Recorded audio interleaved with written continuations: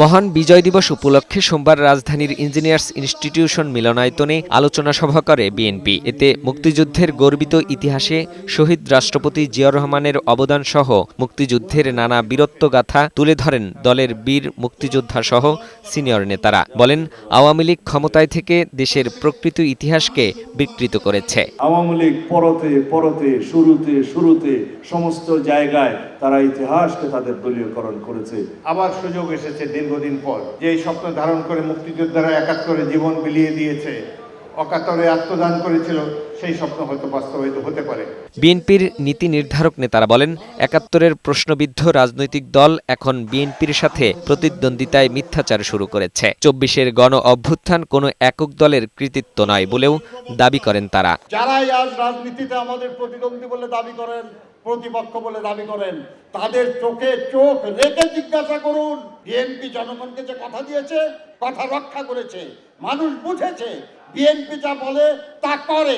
আমরা কখনো মাঠে, আমরা কখনো জেলে, আমরা কখনো কোর্টে, আমরা কখনো আত্মগোপনে, আমরা তো এভাবেই ছিলাম।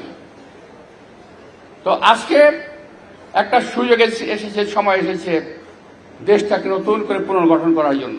আলোচনায় দলটির মহাসচিব মির্জা ফখরুল ইসলাম আলমগীর বলেন, ক্ষমতায় গেলে জুলাই যোদ্ধাদের নিরাপত্তা দেবে বিএনপি। জনগণের ভোটে আমরা যদি নির্বাচিত হয়ে আসি, তাহলে আমরা নিশ্চিত করব যে জুলাই যোদ্ধা সকলকে আমরা নিরাপত্তা দেব। ইনশাআল্লাহ তাদেরকে আমরা কোনো রকম অনিরাপত্তার দিকে ঝুঁকে দেব না।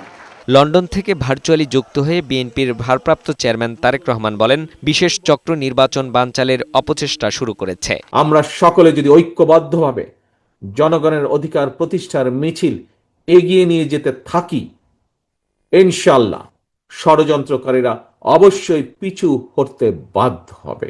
এবারের নির্বাচনকে অতীতের যে কোনো সময়ের চেয়ে জটিল ও গুরুত্বপূর্ণ উল্লেখ করেন তারেক রহমান।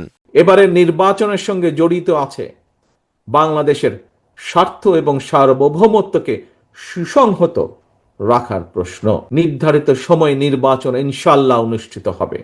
আসন্ন নির্বাচনকে সামনে রেখে গ্রামে গঞ্জে, শহরে, বন্দরে, নগরে, বাজারে, মহল্লায়, অলিগলিতে, রাজপথে জনগণের নিজেদের অধিকার প্রতিষ্ঠার এই নির্বাচনে মিছিলে আমিও আপনাদের সঙ্গে থাকবো ইনশাআল্লাহ।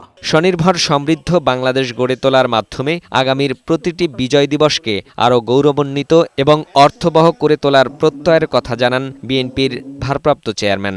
আরো গৌরবান্বিত এবং আরো অর্থবহ করে তুলতে চাই। ফাহিম মুনাইম, বৈশাখী সংবাদ, ঢাকা।